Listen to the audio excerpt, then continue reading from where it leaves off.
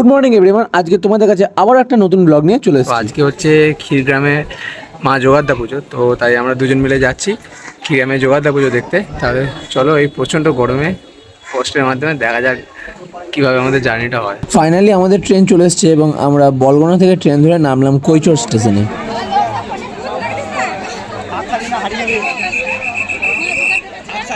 তো তোমরা যেখান থেকে এসো, কাটোয়া থেকে হোক বা বর্ধমান থেকে, এসে কৈচর স্টেশনে নামবে।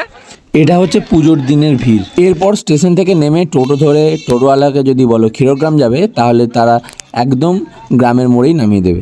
এটা হলো ক্ষীরগ্রামের মোড়, যেখানে মা জোগাড়দার নামে একটা গেট তৈরি করা আছে এবং এই রাস্তাটা হলো একটা শর্টকাট রাস্তা, যেটা দিয়ে আমরা গ্রামের মধ্যে গেলাম।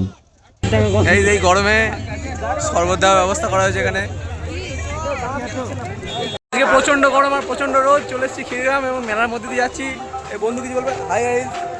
Hi guys. একটা কথাই বলি, হাই গাইস। শুরুটা আমি করে দেবো। প্রচণ্ড গরম। তো গাইস ফাইনালি ঢুকে পড়েছি মন্দিরের ভিতরে। মন্দিরের ভিতরে ঢুকে গেছি, ভিড়টা দেখতে পাচ্ছ। এটাই হলো ক্ষীরগ্রামের মা জোগাড়দা মন্দির। ইতিহাসের কিছু তথ্য যদি তোমাদের কাছে তুলে ধরি, তাহলে বলা যায় মা সতীর ডান পায়ের বুড়া আঙুলের একটি অংশ ক্ষীরগ্রামে পতিত হয়েছিল, যা ক্ষীরগ্রামকে 51টি সতীপীঠের মধ্যে একটি করে তোলে।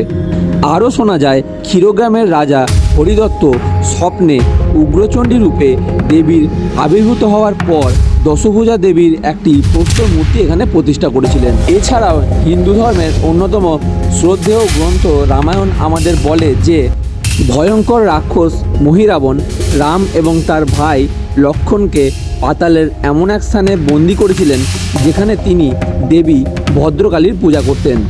এরপর ভগবান হনুমান সেইখানে উপস্থিত হয়ে মহিরাবণকে বধ করে ভগবান রাম এবং তার ভাই লক্ষ্মণকে সেখান থেকে উদ্ধার করেন এবং তাদের দুজনকে উদ্ধার করে নিয়ে আসার সময় দেবী ভদ্রকালীকেও সেখান থেকে উদ্ধার করে এনে নাকি ক্ষীরগ্রামে প্রতিষ্ঠা করেছিলেন। তারপর স্থানীয়রা এই দেবীর নাম পরিবর্তন করে জোগাড়দা রাখেন। এই ধরনের বিভিন্ন তথ্য তোমরা বিভিন্ন জায়গায় পেয়ে যাবে শুনতে।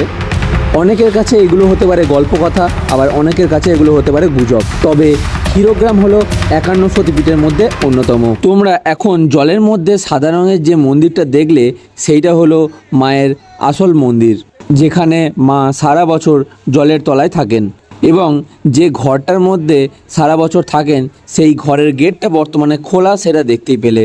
সারা বছরে শুধুমাত্র পুজোর সময়তেই মায়ের মূর্তি বাইরে বের করে আনা হয় এবং পুজো করা হয়। এখন যে মন্দিরটা দেখতে পাচ্ছ, এই মন্দিরেই শুধুমাত্র পুজোর সময়তেই মায়ের মূর্তিটা ওই জলের তলা থেকে তুলে এনে রাখা হয় এবং পুজো করা হয়। আর ভক্তদের প্রচণ্ড ভিড় তো দেখতেই পাচ্ছ। তাহলে চলো তোমাদেরকেও নিয়ে যাই আসল মূর্তি দর্শন করানোর জন্য। জোগাড়দা মায়ের এই মূর্তি তোমরা শুধুমাত্র সারা বছরে পুজোর সময়তেই দর্শন করতে পারবে।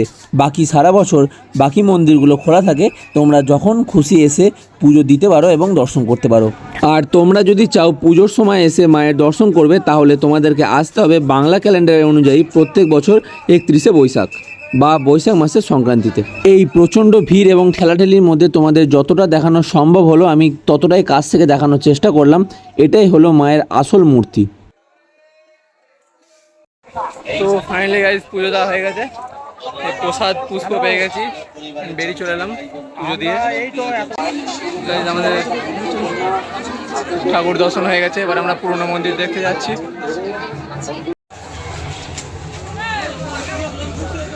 এটা হলো ক্ষীরগ্রামের জোগাড়দা মায়ের পুরনো মন্দির।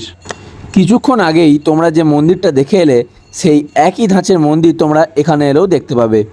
এছাড়াও এখানে আছে একটা রাধারানী মন্দির।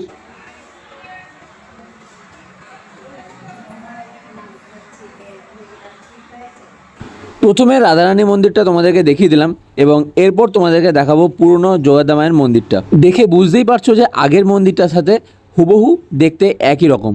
তাহলে আমরা লাইন দিয়ে দিলাম ভিতরে ঢোকার জন্য।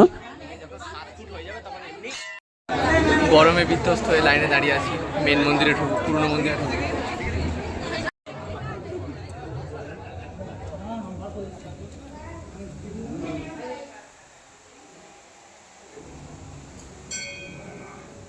মন্দিরের ভিতরের কারুকার্যটা যে কতটা সুন্দর তোমরা দেখতেই পেলে এবং এখানে মায়ের নির্দিষ্ট কোনো মূর্তি নেই।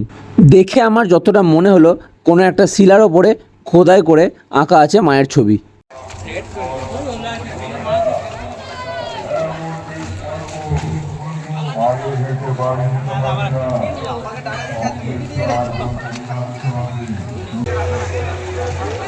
যেখানে মৎস্য খাওয়ানো হচ্ছে ঢুকে যায় ঠিক আছে।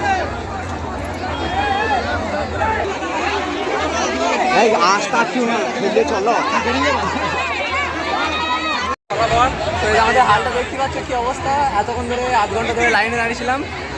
এই হচ্ছে মুখের অবস্থা, সব প্রচুর পরিশ্রমের ফলাফল। এটা খেয়ে অবস্থা খারাপ, মৎস্য খেতে বসেছি সব। এরকম প্রচণ্ড গরম, আর এই গরম ভাত ডাল আমরা আবার দুবার করে ভাত নিচ্ছি, ঠিক আছে।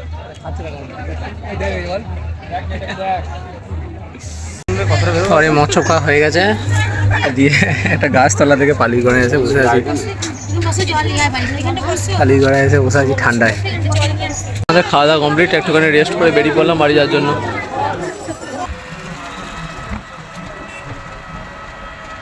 দেখো ভিড়, দেখো ক্ষীরগ্রামে ঠাকুর দেখতে আসার ভিড়। দিনের প্রথমে যাত্রা শুরু করে ক্ষীরগ্রাম এসে যোগাদ্দা মায়ের দর্শন করে আবারও বিকালবেলায় চলে এলাম বাড়ি। এবং ভিডিও তোমাদের কেমন লাগলো কমেন্টে জানিও, এবং তোমরা যদি কেউ আসতে চাও কিভাবে আসবে না আসবে সেই সমস্ত রুট আমাকে কমেন্টে জিজ্ঞাসা করতে পারো, আমি তোমাদের সম্পূর্ণটা বলে দেবো। তাহলে আজকের মতো ব্লগটা এখানেই শেষ করছি। সকলে ভালো থাকো এবং সাবস্ক্রাইব করতে যেন ভুলবে না।